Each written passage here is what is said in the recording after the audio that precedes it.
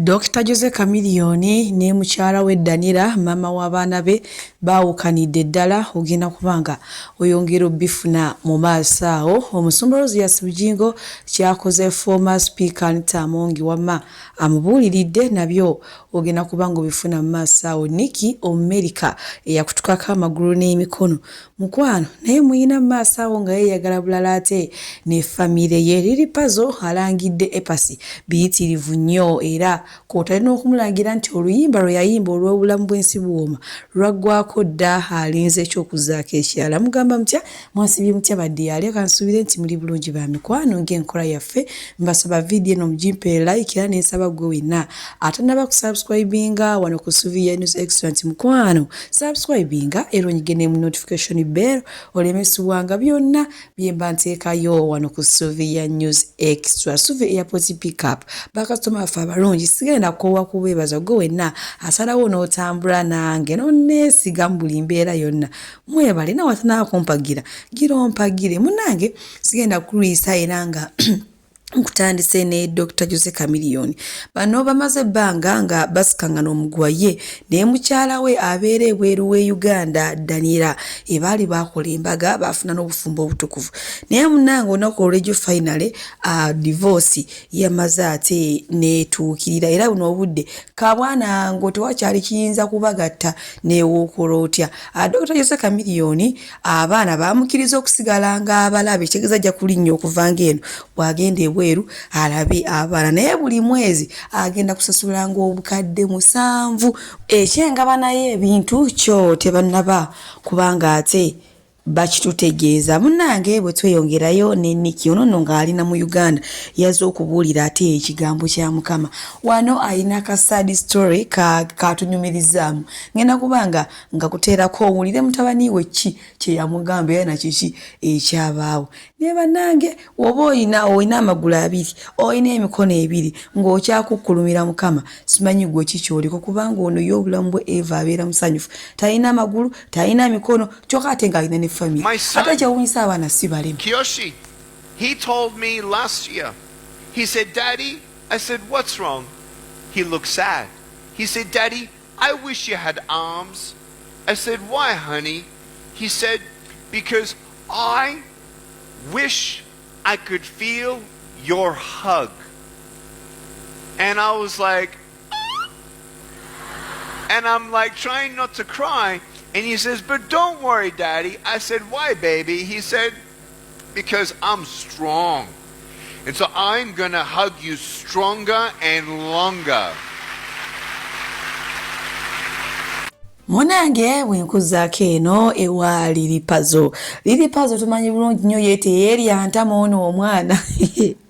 Wagamba kuyomba asobola okuyomba obudde ne bukya ne buziba ng'ayomba ate nga takooye. Munnange omanyi ba mukwano nnyo ne Epasi kakyagambye Epasi nze mpulira mbikooye ekyamazima buli wempita buli wenzira abantu bambuuza mukwano go eyayimba obulamu bw'ensi buwooma ali ludda wa ng'ategeeza Epasi agamba kati mukwano yitawo jjo nnyonnyole abantu ba mu bintu by'okwekweka. Lili Pazo yagamba Epasi akatambi nkayina mu maaso wano katukalabi ate tusobole okweyongerayo.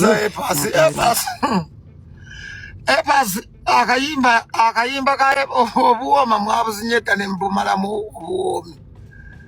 Epasi no munange nyimba fulumiza kumunga ffe obuwooma bulabika bwawoomye abantu babulidde dda ne bugwamu supu bw'otaleeteyo akawooma akalala toyitaawo. Mirako bagiwulira? Mirako tebagiwulira.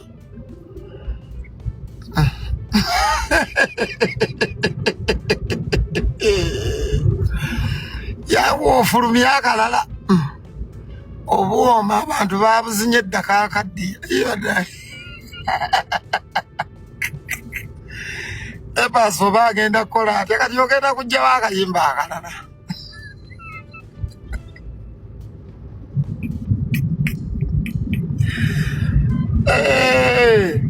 Obuwooma abantu babuzinye ne babubalamu obuwoomi kati nno bakubanja akalala bakubuuza oliwa.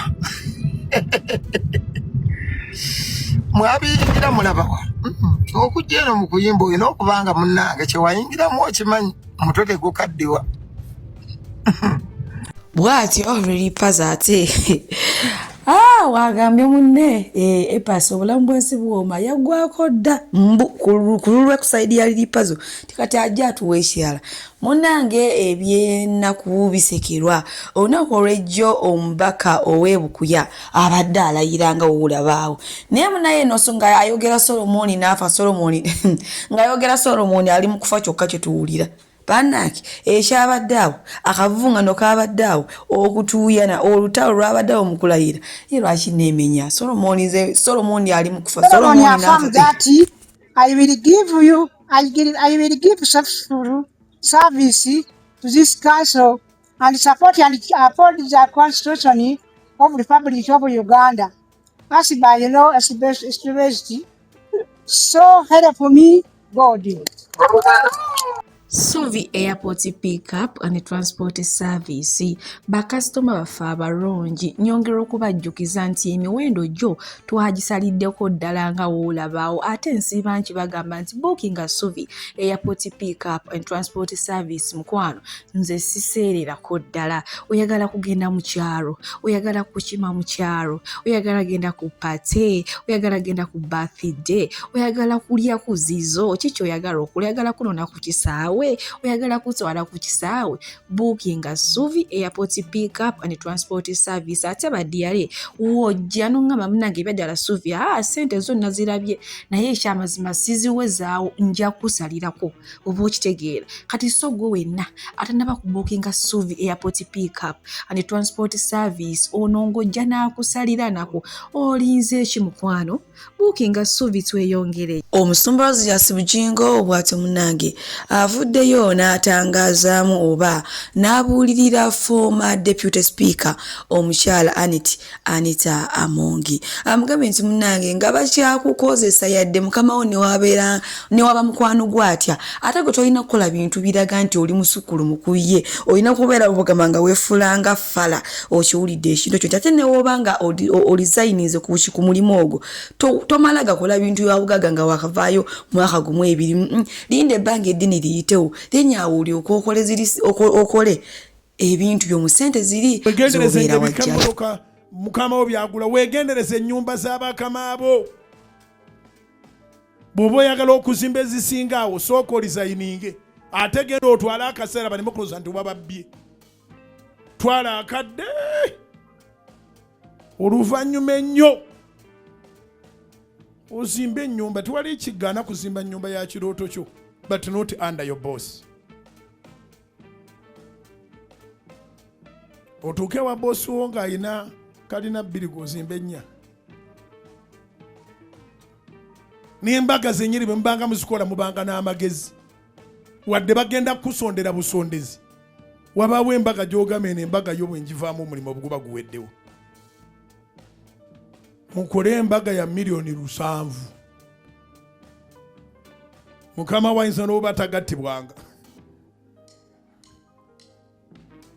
kubanga gw'okoze emikwano ng'oli awo olyoka omuyite ku mbaga naye mukyala we bakama bange bano mbaagala nnyo era mbassaamu ekitiibwa era singa si bo singa siri wano tebafaayo mbaga keggwe ogenda onoonye gy'okolera kuba tojja basirwalirako bwotyo so neeka reception nako mukapimanga ogenda kukola embaga bakama bo mu buli ngeri bajja gimanya ne bw'oba tobayita oba banajja oba tibajje kola reception ensaamusaamu ebintu ebinene byo bye tukola munnange teri asiima ate ekisinga okubeera ekyennaku bw'oba tonalugwamu buli muntu akuteera amannyo ku ngulu banange oli wakabi outshine your boss gwasinga kasita olugwamu nga buli mwaka mbalaba omusiru daba omuki twamulabirawo abantu bankwe abaazirya bennyini bagamba twakulabirawo nga tojja kuwankalira yeeyo nga wali weewanisa ennyo naye mmwe mwampanikanga kati mugjeewo amadaala ne kati gwe mulokole njagala okitegeere mu kutya mukama amagezi me gasookera buli kyokola kulembeza amagezi Abalungi abatuwuliriza era abatulaba olunaku olwaleero tukyaddeko ewa Sheikh Ashraf Dembe. Sebo nsanyusa okubalaba. Amannya agange nze Sheikh Ashraf Dembe akola ku bizibu by'enjawulo. Omuntu singa aba alina ebirwadde tumusomereddwa, tumuwa amazzi ga lukuya nga bw'obadde ogalaba, tugenda abantu ku kyoto ne twokya emizimu emibi egibabaamu n'okulomba edduwa. Abantu singa abeera ng'ali wano atuuse sobola okumulombera edduwa, ne waba atatuuse nga mpadde amannya ge naye ng'ali wala. Neetaase enamba yange yeeno eri 0707763711. Nammwe bannyinaffe abali ebweru oyagala okuba nti oyagala okulombera ku dduwa ng'olina ebizibu, viza zibuze, amaka gakolongotana, sente zikola zimpita mu ngalo, ojja kumpeereza ekifaananyi kyo n'amannya go, ebyo byokka bijja kummala. Nja kukulombera edduwa, ojja kutereera. Olunaku olusembayo mu mwezi mba n'edduwa eyawamu ffenna n'abalwadde bange abakadde n'abapya. Salaamu alaikum warahmatullahi wabarakatuh.